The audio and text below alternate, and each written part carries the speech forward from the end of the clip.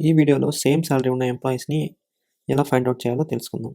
So SQL query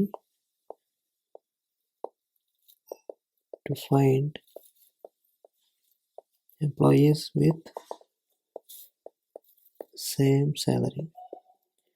okay, ఇక్కడ మనకు employee అనే టేబుల్ ఉంది. సో ముందు క్వైరీ రాస్తాను. Select E1 dot name.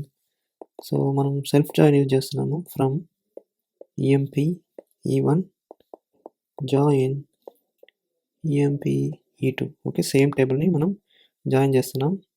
On the condition ఏంటంటే E1 dot salary is equal to E2 dot salary. Okay, so ఈ టేబుల్ని నేను E1 అంటున్నాను. సో ఇది employee E1 table. So same table తీసుకొని మనం E2గా జాయిన్ చేస్తున్నాం.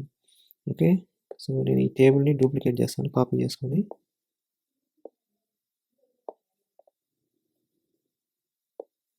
ఓకే, సో ఈ టేబుల్ని మనం E2 టేబుల్ అనుకుందాం దీన్ని. Okay, E2 dot EMP E2. Okay, so E1 dot salary equal to E2 dot salary. మనకి రిజల్ట్ సెట్లో ఏం కావాలంటే E1 dot name, E1 dot salary, E2 dot name కూడా కావాలనుకుందాం. ఓకే, సో ఇప్పుడు మనం ఫస్ట్ జాయిన్ చేసినప్పుడు ఏమవుతుంది, E1 dot salary equal to E2 dot salary. So ఇక్కడ క్వైరీ ఎగ్జిక్యూట్ అయినప్పుడు 50,000కి మ్యాచ్ అయ్యే రికార్డ్ ఎక్కడుంది? సో ఇక్కడ 1 రికార్డ్ ఉంది. ఓకే, 50,000 మ్యాచ్ అయింది. అప్పుడు అవుట్పుట్ ఏమొస్తుంది మనకి? 3 కాలం ఫీల్డ్స్ కావాలి కాబట్టి E1 టేబుల్ నుంచి నేమ్. సో E1 టేబుల్లో నేమ్ వచ్చేసి John. So E1 dot salary 50,000. Okay, E2 dot name. So E2 డాట్లో నేమ్ ఏంటి? జాన్ అని ఉంది. ఓకే, నెక్స్ట్ ఎగ్జిక్యూట్ అయితే so 60,000 not matching, 50,000 again matching. Okay, next ఈ రికార్డ్ వస్తుంది. సో నెక్స్ట్ ఇప్పుడు E1 dot name same John, E1 dot salary same 50,000, E2 dot name వచ్చేసి Bob. Okay, Bob వస్తుంది. సో నెక్స్ట్ రికార్డ్కి execute అయ్యింది. Next record అప్పుడు 60,000. So 50,000 match కాలేదు. Next 60,000 match అయింది. Okay, so E1 dot name, E1 టేబుల్లో Alice అనేది name.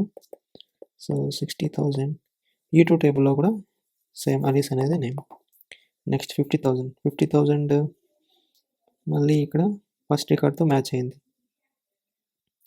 Okay, so ఇక్కడ E1 డాట్ నేమ్లో ఏముంది? బాబు ఉంది. E1 dot salary 50,000 and E2 dot name వచ్చేసి జాన్. ఓకే, నెక్స్ట్ 7,000 చూసినప్పుడు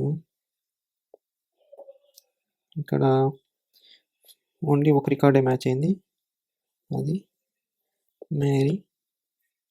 7,000 మేరీ సేమ్. సో ఇక్కడ మనకి ఏం కావాలి? ఓన్లీ సేమ్ సాలరీ ఉన్న నేమ్స్ మాత్రమే కావాలి. సో దానికోసం మనం ఏం చేస్తాం? అండ్ కండిషన్ యాడ్ చేస్తాం. And E1 dot name not equal to E2 dot name అన్నాం. సో అంటే ఈ ఎంప్లాయీ టేబుల్ 1 నుంచి ఉన్న నేమ్, E2 నుంచి ఉన్న నేమ్స్ సేమ్ ఉండకూడదు. సో ఇక్కడ సేమ్ ఉంది. సో ఫస్ట్ రికార్డులో సేమ్ ఉంది. సో ఈ రెండు సేమ్ కాబట్టి మనకు నాట్ కండిషన్ పెట్టాం కాబట్టి ఈ రికార్డు అవుట్పుట్లో రాదు. నెక్స్ట్ జాను బాబు డిఫరెంట్ కాబట్టి ఈ రికార్డ్ వస్తుంది. నెక్స్ట్ అలీస్ సేమ్, సో ఈ రికార్డ్ రాదు. Next Bob John different, so ఈ రికార్డ్ వస్తుంది. So E1 dot name not equal to E2 dot name, Mary same, so ఈ రికార్డ్ రాదు. సో ఫైనల్గా మనకు అవుట్పుట్లో ఏమొస్తుంది? ఈ రికార్డు, E2 రికార్డ్స్ మాత్రమే వస్తాయి. ఓకే, E2 రికార్డ్స్లో మనకు ఏం కావాలి? List of find the employees with same salary కాబట్టి మనం E1 డాట్ నేమ్ ఒకటే తీసుకున్నామంటే జాను బాబు అని 2 మాత్రమే వస్తారు. ఓకే, సో ఈ 2 రికార్డ్స్ వస్తాయి కాబట్టి సో ఇవి రిమూవ్ చేసేద్దాం. ఓకే, ఫైనల్గా మనకి ఏం మిగిలింది? జాను బాబు అనేది మాత్రమే, ఈ 2 రికార్డ్స్ మాత్రమే మిగులుతాయి. సో ఈ ఇద్దరు ఎంప్లాయీస్ వాళ్ళకి సేమ్ సాలరీ ఉంది.